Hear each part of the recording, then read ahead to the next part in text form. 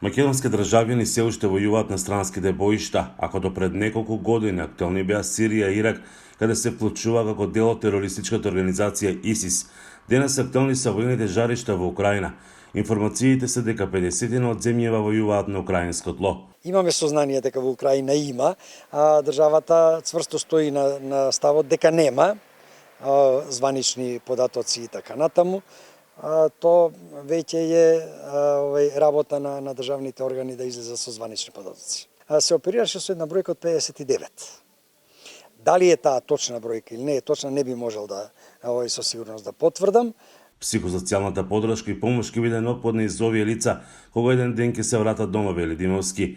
Според него, ваквиот вид на помош кој во моментов им се пружа на повратниците од Ирак и Сирија е многу важна. Државата определува има механизам, определува одредена парична подршка.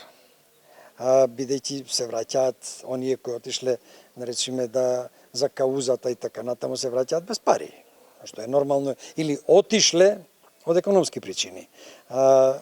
Таму, кај нив е таква подршка државата работи преку центрите за социјална работа, исто на психосоцијалната подршка со нив, со жените, децата, граѓанските организации ги вклучуваат во разни активности. Во текот на 2024 година 7 затвореници кои издржувале казна затвори поради учество во странски војски излегуваат на слобода, со нив ќе се работи на реинтеграција во локалната заедница. Ние како организација претходно кога работевме, кога правевме истражување, сметавме дека во Македонија е многу малцен застапен радикализацијата, насилниот екстремизам или дека има многу мало повратници, меѓутоа се испостави дека овие податоци не се вистините, дека имаме навистина многу луѓе кои се вратени од различни боишта, и од ИСИС враќање на многу луѓе од Сирија, знаеме дека има и во боиштата во Украина. Јовано вели дека е многу важно заедно со институциите да се работи на детекција на сите повратници, но и да се работи директно со нив,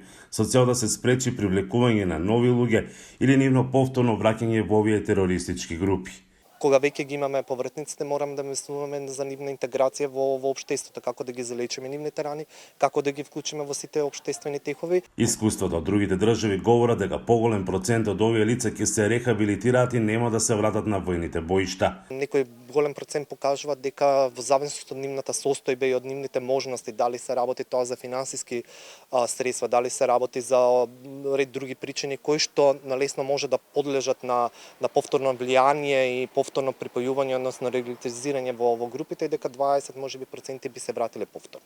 Владата во 2022 година објави листа со 15 македонски државјани кои учествувале во паравоени формации во Сирија и Исламската држава. За нив беа одредени финансиски санкции.